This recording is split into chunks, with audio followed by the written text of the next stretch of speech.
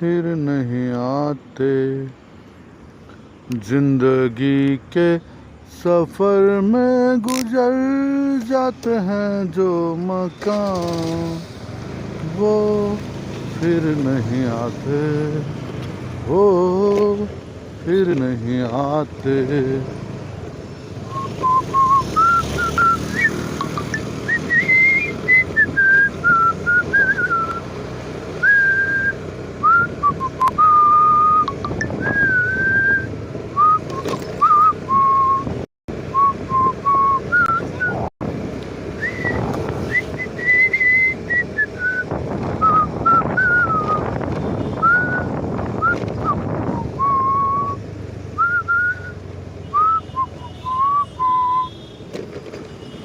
जिंदगी के सफर में गुजर जाते हैं जो मकाम, वो फिर नहीं आते, वो फिर नहीं आते। तो हेलो दोस्तों, मैं हूँ आपका दोस्त, आपका अजीज इस पल, आपका साथी, आपका राही, आपके साथ लाइव में इस पल।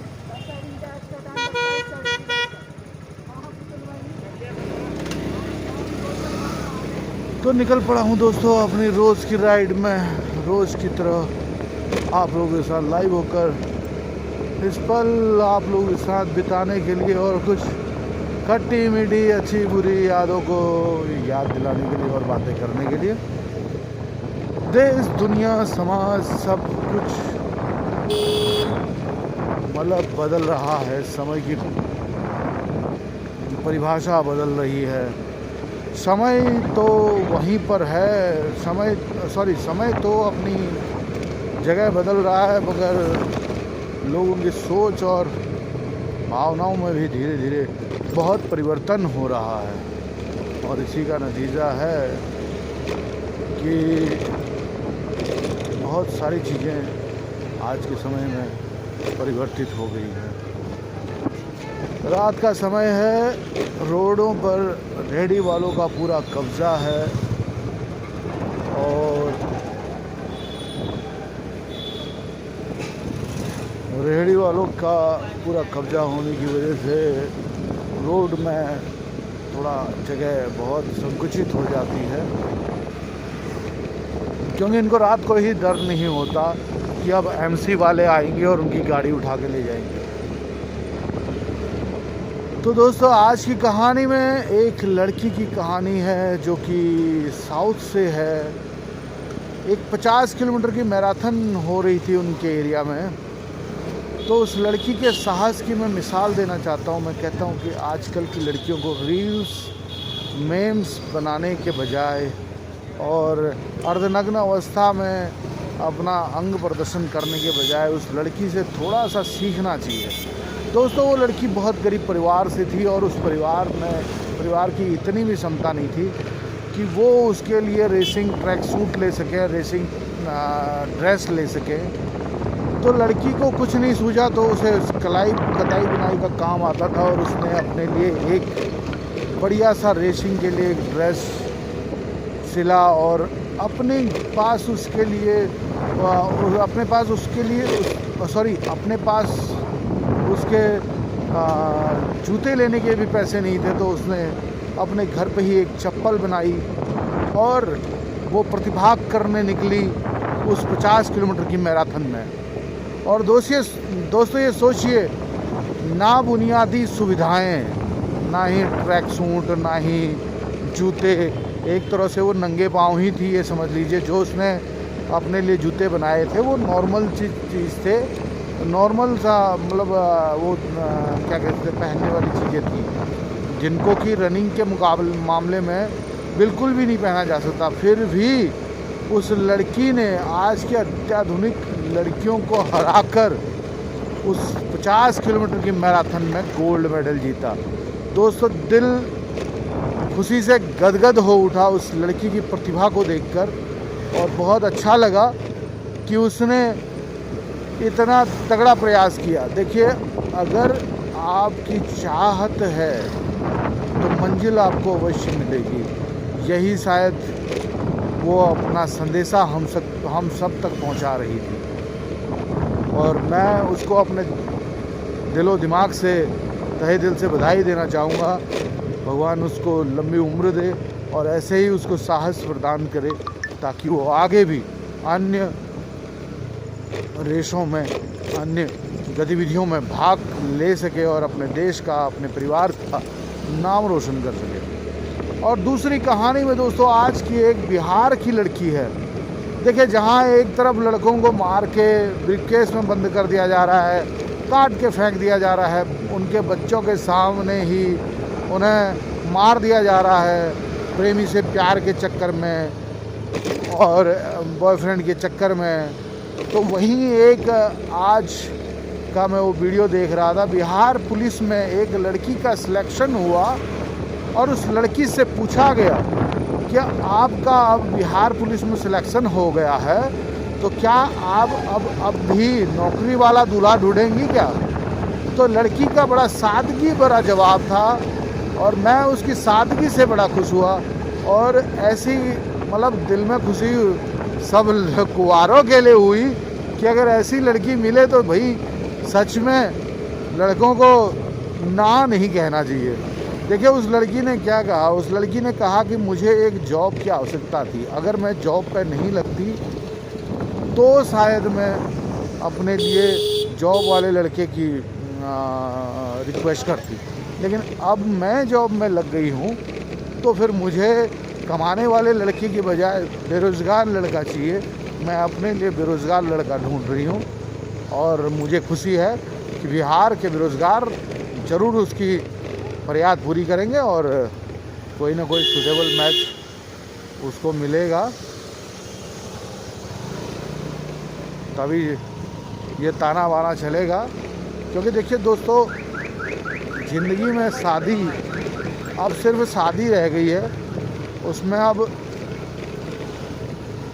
रिश्तों को समझने की और रिश्तों को निभाने की जो एक पुरानी वो थी ना, हमारी संस्कृति की परंपरा थी, चाहे दबाव में ही थी, पर वो रिश्तों को निभाने की जो एक वो परंपरा थी वो ख़त्म हो गई है। अब लड़कियां सोच रही हैं कि भैया हम क्यों रुकें। और एक बात याद रखिएगा, जितने भी कुंवारे हैं, अगर आप ओपन हो चुके ना मार्केट में, तो भैया इस चीज़ की कल्पना मत कीजिएगा कि आपको साफ़ सुथरा ही पीस मिलेगा, ठीक है ना। और मैं तो कहता हूँ कि क्यों मिले, जब आपने अपने आप को ख़त्म कर दिया तो उधर को काट ले बावड़ी पूछ के। जब आपने अपने आप को ख़त्म कर दिया तो आप फिर अपने लिए कैसे कल्पना कर सकते हैं कि आपको साफ़ सुथरा ही मिलेगा। इसलिए सभी कुंवारों से रिक्वेस्ट है कि या तो आप सुधर जाइए, अय्याशी के शौक़ छोड़ दीजिए, या फिर, क्योंकि अब जो स्त्री जो हो रही है ना, ये वाइल्ड हो गई है। एक होता है ना कि घर का पालतू जानवर, पहले वो घर के चार दीवारी में रहती थी, उसे आधी से अधिक दुनिया की खबर नहीं थी। अब मोबाइल में वो घर के अंदर भी है तो उसे दुनिया, देश की छोड़ो, दुनिया के कोने कोने की खबर है। तो इसलिए आप इस वहम में अब ना रहें कि आप अगर वर्जिन हैं तो आपको लड़की वर्जिन ही मिलेगी, और अगर आप अपनी वर्जिनिटी खो चुके हैं तो भी आपको वर्जिन मिलेगी। हो सकता है आपको खोखला पीस भी मिले। तो इसलिए अपने आप को सुरक्षित रखिए और अपने प्रेम ज़िंदगी को सुरक्षित रखिए, अपने प्रेम को सुरक्षित रखिए। और ज़्यादा से ज़्यादा तो यही होगा भैया, अरेंज मैरिज में एक लाइफ के थोड़ा बहुत टिकने के संभावनाएं होती थी, लेकिन अब ये जो लव मैरिज वाला है इसमें तो टिकने की संभावना 0 होती है। क्योंकि लव मैरिज सेटिस्फेक्शन पे डिपेंड करती है। अगर आप सेटिस्फाई करते हैं अपनी पार्टनर की डिमांड्स को तो ही आप टिक पाएंगे मैदान में, वरना आप आउट हो जाएंगे। और दुनिया के आज एक आंकड़ा मैं सुन रहा था न्यूज़ चैनल में कि इंडियन वुमेन पे एक आंकड़ा उन्होंने पेश किया था, जिसमें कि उन्होंने उन्होंने उस आंकड़े में बताया कि इंडियन वुमेन की पहली जो पसंद है वो अब जॉब हो चुकी है, उनको शादी ब्याह में ज़्यादा इंटरेस्ट नहीं रहा। दूसरा, वो अब अपना खुद का काम संभालने में कामयाब नहीं हो पा रही है, तो वो किसी और का काम क्या संभालेंगी। ठीक है ना। कहने का मतलब है वो चाहती हैं कि भैया हम फ्रीडम मिले हमें, हम क्यों किसी के नखरे सहें। और बात भी जायज़ है भाई, अगर अब वो कमाई अगर 60-70 हज़ार रुपया से ऊपर महीने का होगी तो कोई लड़की क्यों सुनेगी। ठीक है। अब तो यहाँ पे तो लड़के को आपको कॉम्प्रोमाइज़ करके चलना पड़ेगा। तो लड़कों से मेरा निवेदन है, अपना अंदर का जो अहंकार है कि हम पुरुष हैं, हम ये काम धोना करेंगे, उसको त्याग दीजिए, क्योंकि अब स्त्रियों ने पुरुषों के ऊपर रहम करना ख़त्म कर दिया है। लेकिन एक बात मैं सारे देश की लेडी पार्टी से कहना चाहूँगा कि भैया आप तरक्की कीजिए, आप मजबूत बनिए और अपने आप को मजबूत बनाइए, और साथ में अपने आप को चतुर और चुस्त दुरुस्त भी बनाइए। खा पी के थैले जैसे मत हो जाइए, फिटनेस भी बनाइए। और साथ में अगर आपको कंपैरिजन बाहर के और लेडीज़ के साथ ही करना है तो भाई वहाँ की लेडीज़ की पावर भी देखिए। अब हमारे यहाँ की स्त्री के मुकाबले वहाँ की लेडीज़ ज़्यादा पावरफुल हो गई। पहले हमारे पहाड़ों में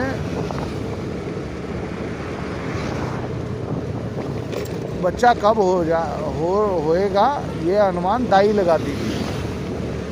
तो दाई तब मिलती थी लेडी को जब उसे दर्द इस लेवल में उठा हो कि अब उससे सहन ना हो सके। तो भैया आप इस बात से अनुमान लगाइए कि कितनी मजबूत उस टाइम की औरतें होंगी। तो आजकल की औरतें तो सिजेरियन पर ज़्यादा दबाव दे रही हैं, उन्हें नॉर्मल डिलीवरी के बजाय सिजेरियन पसंद है। तो भैया इस तरीके से अगर आपको सिजेरियन पसंद है तो भाई आप एक तरह से अपने लिए नुकसान वाला ही काम करें। तो कई चीज़ों के मायने बदल चुके हैं, ज़्यादा मैं बात नहीं करना चाहूँगा इस टॉपिक पर। तो आज की जो खास दो खबरें थी जो मुझे प्रभावित कर रही थी वो ये दो ही थी जिन्होंने थोड़ा सा मुझे प्रभावित किया। बाकी कुचिपुड़ी, कथकली, मराठी, बंगाली, उत्तराखंडी हो, यूपी, सब जगह के डांस करने वाले लोग यहाँ मौजूद हैं, वो मैं उनसे आगे जाके बात कर लूँगा।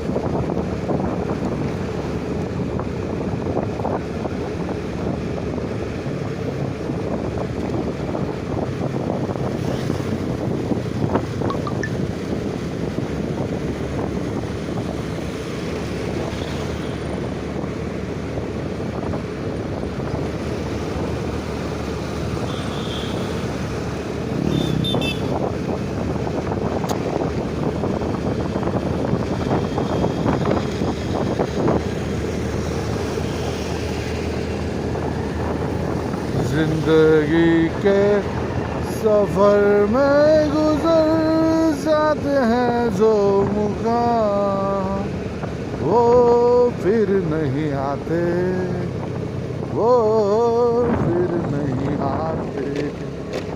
जिंदगी के सफ़र में गुजर जाते हैं जो मुकाम, वो फिर नहीं आते, वो फिर नहीं आते।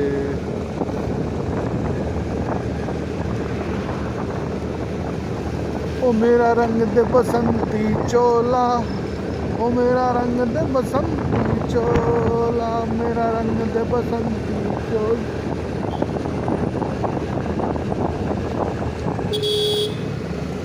माई तो रंग दे बसंती चोला, ओ मेरा रंग दे बसंती चोला, ओ मेरा रंग दे बसंती चोला।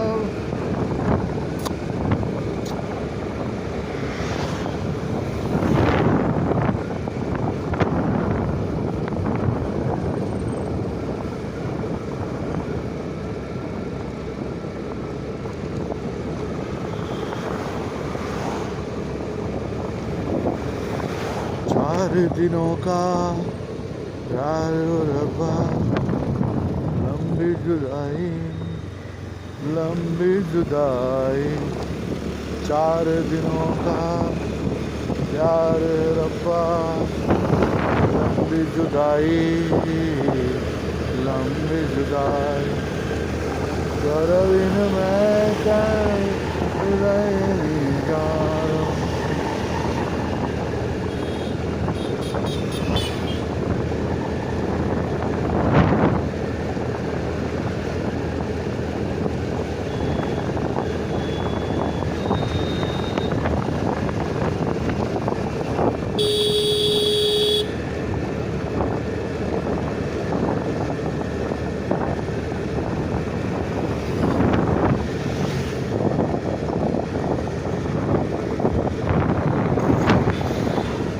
चलो दोस्तों, फ़िलहाल इस वीडियो को एंड करते हैं। फ़िलहाल मेरे को अभी विचार आ नहीं रहा है कुछ।